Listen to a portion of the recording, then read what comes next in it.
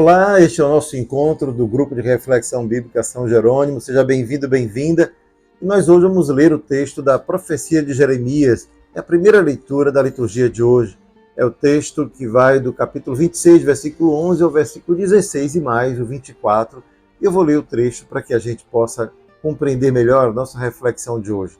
E diz assim: Naquele tempo, os sacerdotes e os profetas disseram então aos príncipes e a todo o povo: Este homem merece a morte, porque profetizou contra esta cidade, como ouvistes com os vossos ouvidos. E Jeremias disse a todos os príncipes e a todo o povo: Yahvé enviou-me a profetizar contra o templo e contra esta cidade, todas as palavras que ouvistes. Mas agora melhorai os vossos caminhos e os vossos atos, e escutai o apelo de Adonai, vosso Deus, e Adonai se arrependerá do mal que anunciou contra vós. Quanto a mim, eis-me em vossas mãos. Fazei de mim o que parece bom e justo a vossos olhos. Sabei, porém, que se me matardes, é sangue inocente que porei sobre vós, sobre esta cidade e seus habitantes.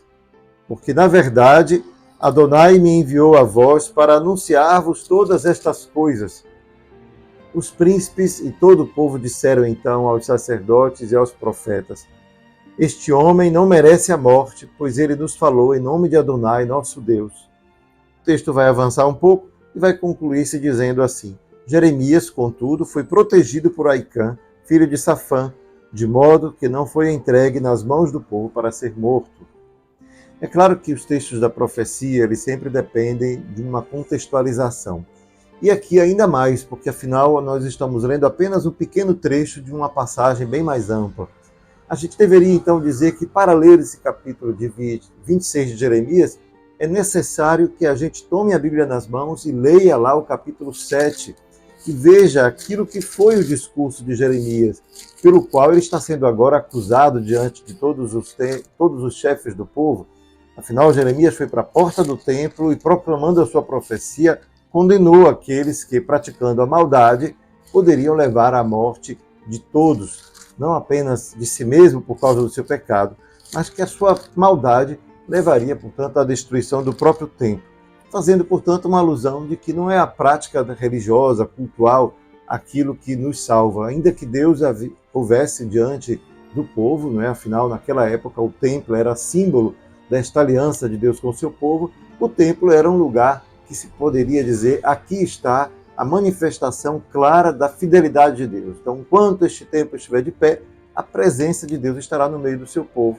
Não à toa a passagem bíblica que nós lemos, e aqui nós tivemos um pedaço que não foi lido, vai dizer que Deus fará de Jerusalém o que foi feito com Silo, um antigo santuário, que é o santuário que antecede o santuário de Jerusalém. Antes que o templo fosse construído em Jerusalém, o povo se reunia num pequeno santuário erguido em Silo, que remete, portanto, a um período muito antigo do povo de Israel, ainda do período de Samuel, em que este santuário representava, portanto, o lugar da presença de Deus no meio do seu povo. Então, destruir o templo, assim como aconteceu com Silo, é dizer que Deus haverá de se afastar do seu povo, dado que o seu pecado não foi, digamos assim, melhor, que as suas atitudes pecaminosas não foi condizente com a presença de Deus ali. Obviamente, implica dizer que Deus não pode permanecer no mesmo espaço em que o pecado subsiste. De que pecado, portanto, Jeremias acusa este povo? É lá, então, em Jeremias 7, que nós encontramos todo esse discurso, mas basta ler alguns versículos para que a gente entenda do que se trata. Jeremias vai dizer assim no capítulo 7: Este é o templo de Adonai, templo de Adonai, templo de Adonai. Porque se realmente melhorardes os vossos caminhos e as vossas obras, se realmente praticardes o direito, cada um com o seu próximo, se não oprimirdes o estrangeiro, o órfão e a viúva, se não derramardes sangue inocente neste lugar, e não correrdes atrás de deuses estrangeiros para a vossa desgraça, então eu vos farei habitar neste lugar, na terra que dei a vossos pais, há muito tempo, para sempre.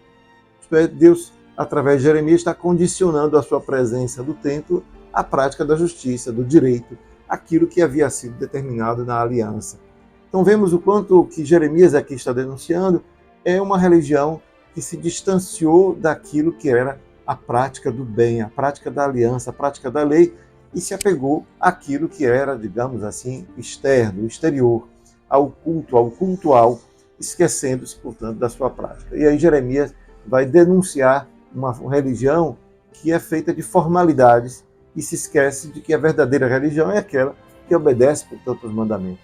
E ali Jeremias vai atacar justamente aquilo que era o ponto de maior segurança do povo da sua época.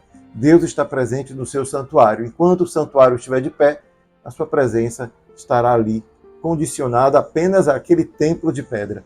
E aí a gente vê personagens que aparecem nessa história, como sacerdotes e profetas, que a gente pode dizer que eram os profissionais do templo, mas que não estavam conectados com a lei ou com aquilo que Jeremias denuncia.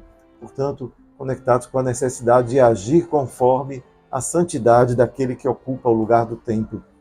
E é claro que ler esse pedaço de Jeremias nos recorda também de Jesus Cristo, que fez a mesma coisa, também denunciou o modo como o templo era útil apenas aos interesses pessoais, gananciosos daqueles que ocupavam ali aquele espaço sagrado, e, portanto, Jesus também foi condenado pela mesma razão. Jesus foi condenado por ter sido aquele que condenou a prática realizada naquele lugar santo, recordando que cada um de nós se torna lugar santo, santuário, e é por isso que este santuário também poderá ser destruído se ele não for cuidado, na medida em que ele é um reflexo desta vontade de Deus de fazer aliança conosco. Deus escolheu a vida humana, Deus escolheu em Jesus Cristo encarnar-se para fazer de nós o seu templo, a sua morada. Portanto, aquele lugar que era o templo de pedra que Jeremias denuncia naquela época, é hoje também o lugar que cada um de nós ocupa dentro desta realidade humana que cada um de nós somos, né? Este corpo humano que possuímos. Então, que este nosso corpo, que é templo sagrado, também seja para nós o lugar onde Deus é louvado, é exaltado pela prática do bem, da verdade, da justiça, tudo aquilo que o profeta denuncia.